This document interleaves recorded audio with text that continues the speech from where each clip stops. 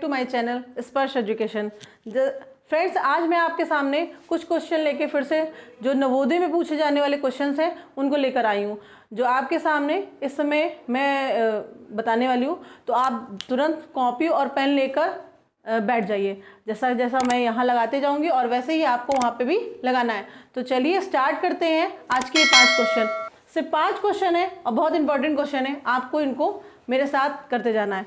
तो पहला क्वेश्चन हमारा है, कमला अपने विद्यालय प्रातः 9:50 पर पहुंचती है और शाम को 2:40 पर वहां से चलती है।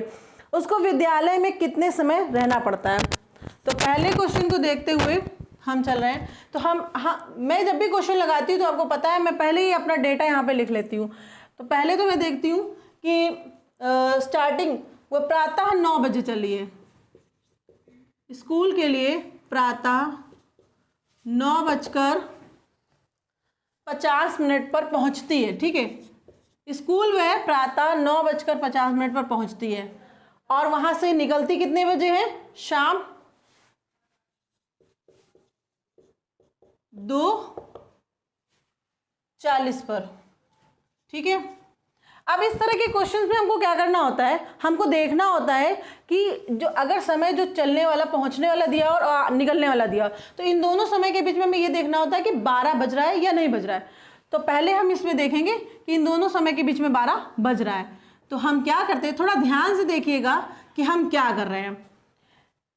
यहाँ पे अगर आपने एक भी स्टेप मिस किया तो आप ये क्वेश्चन, इस तरह के क्वेश्चन नहीं कर पाएंगे। ठीक है, तो अगर इन दोनों समय के बीच में 12 बज रहा है तो 12 में हम बाद वाला जो समय होता है, जो बाद वाला 12 के जो बाद बज रहा है, 12 के बाद क्या बजेगा? 2:40। ठीक है, तो इसको हम क्या करेंगे? जोड़ देंगे।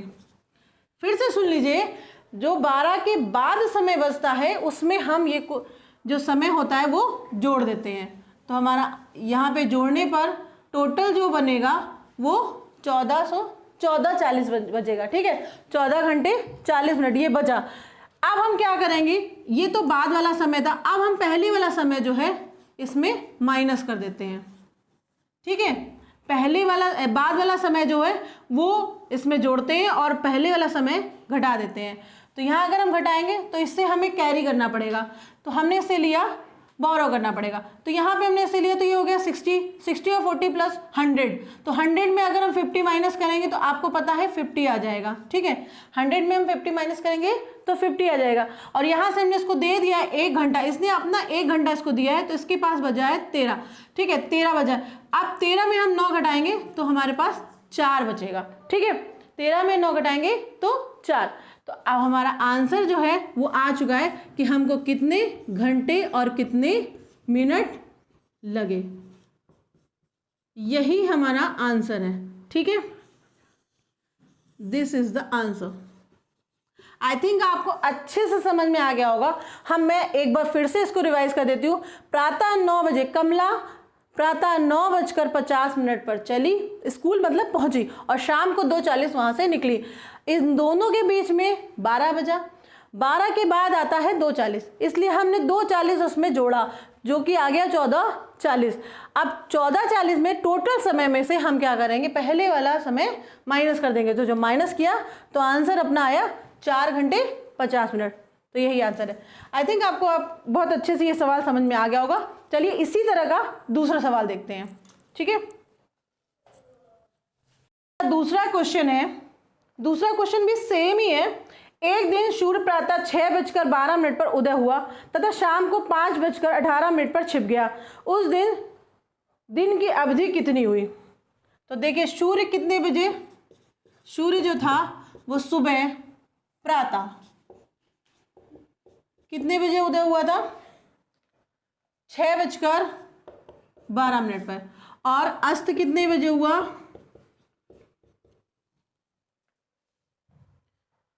5:18, शाम के 5:18।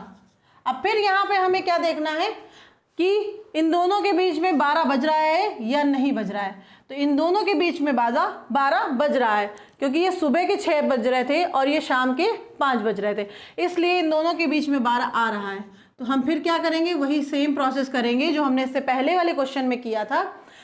इसके बाद वाला समय इसमें जोड़ देंगे और पहले वाला समय घटा देंगे। तो बाद वाला समय क्या है, ये हम इसमें जोड़ने वाले हैं। ये हमने इसमें साइन भी लगा दिया, इससे पहले साइन नहीं लगाया था। अगर किसी ने ना ध्यान दिया हो तो प्लीज़, क्योंकि मैं बार बार बोल रही थी कि आपको इसमें जोड़ना है, तो आप देख लीजिए साइन लगा दिया है। तो यहाँ पे तो 18 आ जाएगा और यहाँ पे करेंगे तो 17, 12 में 5 जोड़ेंगे तो 17। तो अब 17:18 आया है हमारा ये। अब हम इसमें क्या करेंगे, बाद वाला पहले वाला समय जो है वो इसमें माइनस कर देंगे। तो माइनस जब करेंगे तो यहाँ तो हो जाएगा 6, यहाँ 0 और इसमें बचेगा 11। ठीक है, तो हमारा फाइनल समय जो आया कितने घंटे, 11 घंटे 6 मिनट। सूर्य हमारे 11 घंटे 6 मिनट जो था वो सूर्य रहा उदय, मतलब 11 घंटे 6 मिनट बाद ही सूर्य अस्त हुआ। ठीक है, तो ये टोटल समय था। एक दिन की अवधि पूछी गई थी, ये वही अवधि निकाली है हमने, और किस तरह से निकाली है आपने देखा, और इसी तरह से आप भी फॉलो करते चलिए। ठीक है, चलिए नेक्स्ट क्वेश्चन की ओर चलते हैं। हमारा नेक्स्ट क्वेश्चन क्या है, क्वेश्चन अपना देखते हैं। हमारा 3rd नंबर क्वेश्चन क्या है। 3rd नंबर क्वेश्चन हमारा है, सेम ही क्वेश्चन है पर थोड़ा सा चेंज है इसमें। इसको थोड़ा ध्यान से देखिएगा कि अभी तक हम जो 12 देखते आ रहे थे, अब हमें ये नहीं देखना है। एक रेलगाड़ी आगरा से जयपुर के लिए शाम को 5:50 पर चली तथा जयपुर पहुंचने में उसको 6 घंटे 20 मिनट लगे। रेलगाड़ी जयपुर कितने बजे पहुंचेगी। ठीक है, तो शाम को 5 बजकर कितने बजे चली, 5:50 पे चली। ठीक है, 5:50 पर चली कौन, रेलगाड़ी जो आगरा से जयपुर के लिए जा रही थी। अब वो जयपुर पहुंचने में उसको 6 घंटे, ठीक है, पहुंचने में उसको जो समय लगा, जो टोटल समय लगा, यहाँ पे समय कह देते हैं, टोटल समय जो लगा है वो 6 घंटे 20 मिनट। ठीक है, अब आप देख रहे हो कि मैंने यहाँ पे समय को इस तरह से लिखा है और यहाँ पे, क्योंकि ये जो है घड़ी में बज रहे हैं, ये समय जो है घड़ी में हो रहा, पर ये समय बीत चुका है। ठीक है, ये समय जो है इतना बीत चुका है, घड़ी में इतना जब बज रहा था तब गाड़ी जो है अपनी जगह से प्रस्थान की। उसके बाद उसने 6 घंटे 20 मिनट लिए, जब वो कहाँ पहुँची है, जयपुर पहुँची है, जयपुर पहुँच रही है। हाँ, ठीक है, तो अब हमें ये नहीं देखना, आपको पता है ना कि घड़ी में अगर 5 बज रहा है, घड़ी में अगर 5 बज रहा है, ठीक, कैसे बजेगा 5, समथिंग इस तरह से बजेगा है, ये घड़ी में 5 बज रहा है। तो आपको क्या दिखाना है कि 6 घंटे बाद घड़ी की सुई कहाँ होगी या घड़ी में क्या समय हो रहा होगा। जब इस तरह का क्वेश्चन दिया होता है, हमको ये बताना होता है कि अब घड़ी में कितना समय, मतलब ये पूछने का क्वेश्चन का अर्थ यही है कि क्वेश्चन यही पूछना चाह रहा है कि कितने बजे, घड़ी में कितना बज रहा था जब ये रेलगाड़ी पहुंची थी। तो हमें क्या करना होता है, डायरेक्ट इसको जोड़ देना होता है। ठीक है, इस तरह के क्वेश्चन में 12 नहीं देखा जाता है, डायरेक्ट इसको हम उठा के जोड़ देते हैं। तो पता चल जाएगा, यहाँ आया 70 और यहाँ पे आया 11, लेकिन यहाँ पर 1 घंटा एक्स्ट्रा है क्योंकि 70 मिनट में से हम 60 मिनट इसको दे देंगे। जब हम इसको दे देंगे तो हो जाएगा 12 और यहाँ बचेगा 10। ठीक है, तो घड़ी में क्या समय हुआ, 12:10 था जब रेलगाड़ी जयपुर पहुंची। मैं बहुत शॉर्ट में ये चीज़ें बता रही हूँ, आपको बहुत ध्यान से इन सबको फोकस करना है। यहाँ पे 12 नहीं देखेंगे क्योंकि ये क्वेश्चन क्या कह, देखो हर बार आपको क्वेश्चन को समझना है, क्वेश्चन क्या कह रहा है। यहाँ पर क्वेश्चन ये नहीं पूछ रहा था कि उसको कितना समय लगा, यहाँ तो ऑलरेडी समय दिया हुआ था कि इतना समय लगा, तो कितने बजे पहुँची। तो जब बजने का पूछा है तो हमें क्या करना है, घड़ी का समय बताना है, तो 12:10। ठीक है, तो चलिए अब हम चलते हैं नेक्स्ट क्वेश्चन की ओर।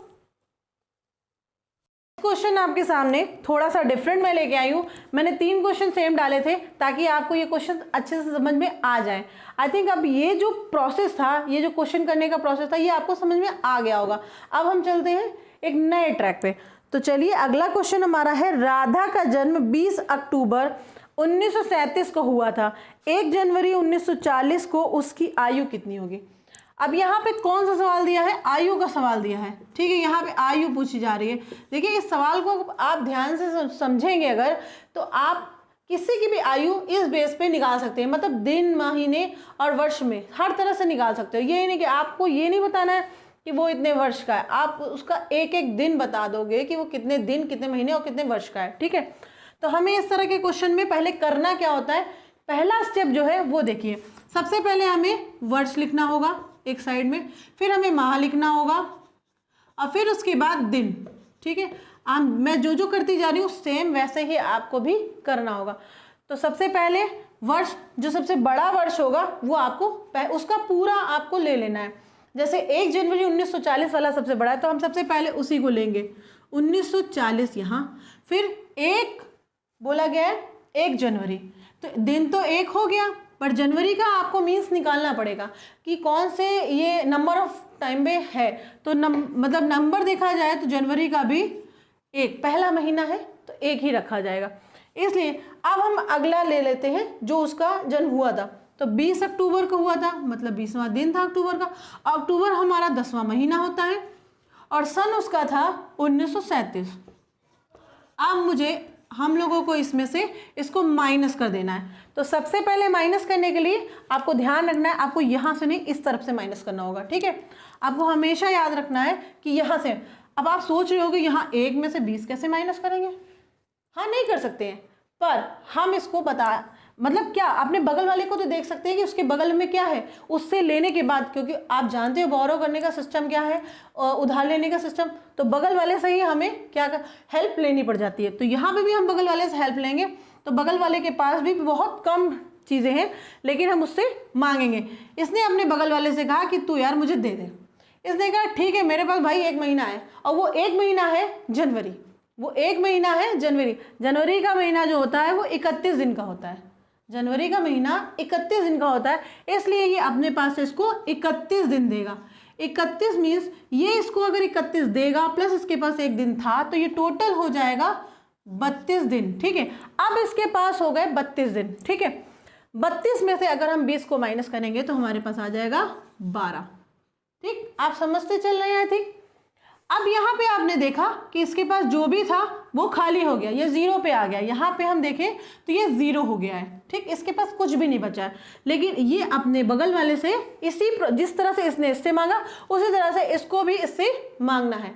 तो ये इससे मांगेगा, जब ये इसको देगा तो ये भाई वर्ष है, ये माह था, इसने पूरा महीना दिया, ये इसको वर्ष पूरा देगा। तो 1 वर्ष में 12 महीने होते हैं, ठीक। 1 वर्ष में 12 महीने, तो ये इसको 12 दे देगा, तो यहाँ हो जाएगा 12। अब 12 में से आप 10 माइनस करोगे तो 2 बचेगा।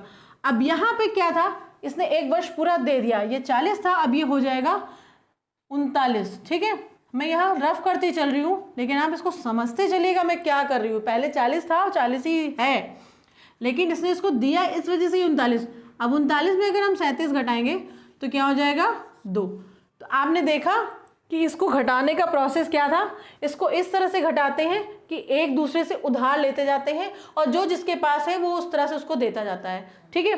तो अब ये जो राधा की बात हो रही थी, राधा कितने वर्ष की हो गई, तो राधा 2 वर्ष 2 माह और 12 दिन की, 2 वर्ष 2 माह और 12 दिन की हो गई, ठीक है। तो ये हमारा आंसर है।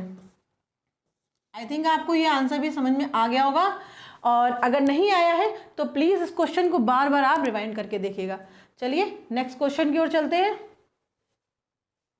हमारा 5वां क्वेश्चन है, वो थोड़ा मैंने और डिफरेंट ले लिया है, वो मैंने लासा के टॉपिक से लिया।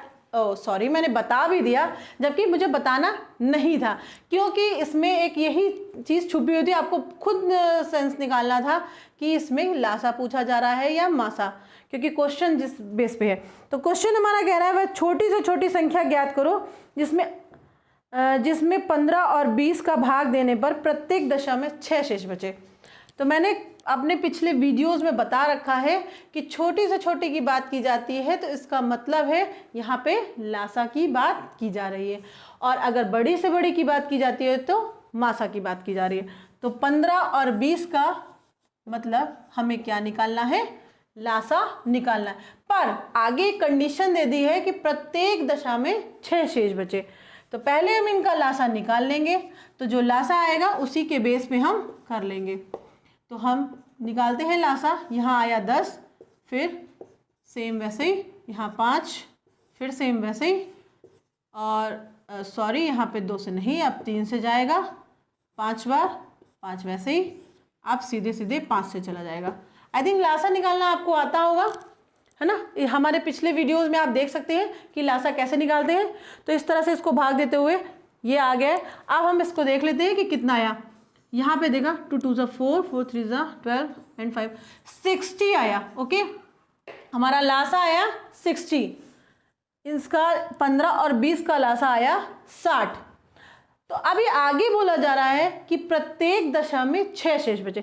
जब ऐसा बोला जाए कि 6 शेष बचे, कोई भी चीज़ शेष बचे, तो उसको हम क्या करते हैं, जो लासा निकालते हैं उसमें हम उसको जोड़ देते हैं। तो आंसर आया 66। ठीक है, आंसर हमारा 66 आया है, लासा 66 नहीं आया है। आपने क्या करना है कि अब आप देख सकते हो, अगर आप 15 से इसको भाग दोगे तो इसमें 6 शेष बचेगा। और बी इन दोनों, देखिए जब हमने इसको जोड़ा है तो अब आप देख सकते हो कि 66 को अगर हम 15 से भाग देंगे तो भी 6 बचेगा, और 20 से भाग देंगे तो भी 6 बचेगा। तो यही आपको बताना होता है कि कैसे। कभी भी इस तरह का क्वेश्चन दिया हो तो उसमें क्या करना होता है कि शेष बची हुई संख्या को उसमें जोड़ देना होता है। ठीक है, तो आई थिंक आपको ये क्वेश्चन अच्छे से समझ में आ गए होंगे। और ये वीडियो अगर आपको अच्छा लगा हो तो प्लीज़ इसको लाइक करें, शेयर करें एंड सब्सक्राइब करें, और मेरे चैनल पे कमेंट करना बिल्कुल मत भूलें। चलिए फिर मिलते हैं नेक्स्ट वीडियो में। Bye bye.